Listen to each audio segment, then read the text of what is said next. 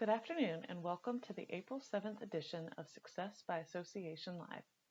This issue is sponsored by Visit Myrtle Beach. We thank them for their steadfast support of AENC. Today's article is written by Rashida Childress and originally appeared on associationsnow.com. It is reprinted with permission. The article is titled, How Organizations Can Help Staff Look After Their Mental Health. With the pandemic, lockdowns, presidential election, racial injustice, and growing economic insecurity, 2020 has been a year filled with stressors. In fact, the American Psychological Association said 2020 is so stressful, it is seriously threatening the mental health of our country. Since this stress does not leave employees when they start the workday, experts say it's important for employers to help staff look after their mental health.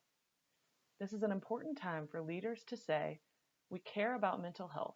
We know stress levels are high, said Darcy Grottadero, JD, Director of the American Psychiatric Association Foundation's Center for Workplace Mental Health. Because people spend a significant amount of time at their jobs, employers should offer support to staff. She said it can be as simple as saying, we want you to know it's important to get help if you need it. It's not going to jeopardize your job. That last part is super important, Grottadero said. With the pandemic causing economic strife, some workers are concerned they will be judged poorly for seeking help. For example, she said that even though a good number of workplaces offer employee assistance programs, which typically include a hotline that workers can call with mental health concerns, use of those programs is low. The reason employees don't call is they are concerned the employer may hear about it, Grottadero said.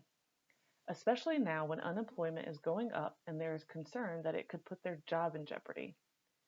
In addition to assuring workers that getting help won't affect their jobs, Grottadero said, it's helpful to speak openly about the importance of mental health care in the workplace.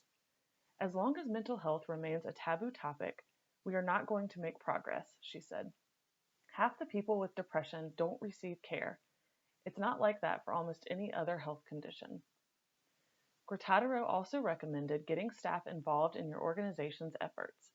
For example, ask them to form an employee resource group, a voluntary committee that talks about the mental health care needs of staff.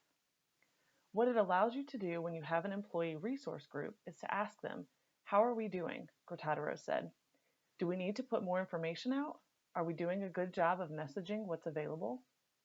If you have a small staff or there is no interest in forming a resource group, surveying employees can help employers understand if they're doing a good job of being responsive to mental health needs. Managers can also play a role in helping employees, Grottadero said.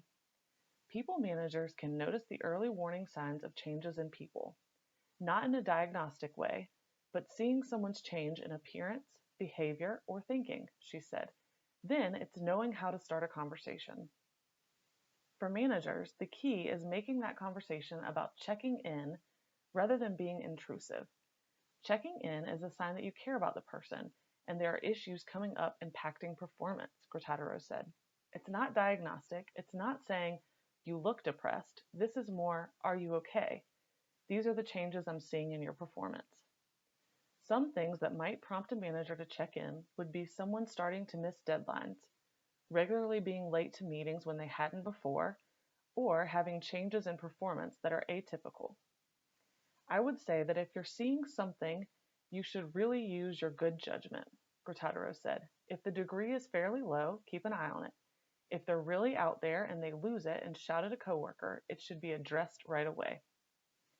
If an employee does have a mental health crisis that needs treatment and requires time away from work, Grottadero said, it should be treated with the same privacy and respect as other illnesses.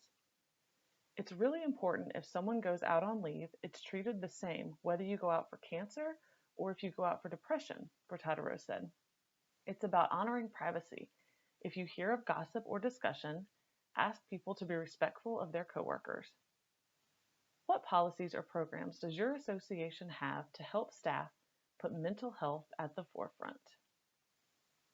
That concludes the article. We hope you have a great day.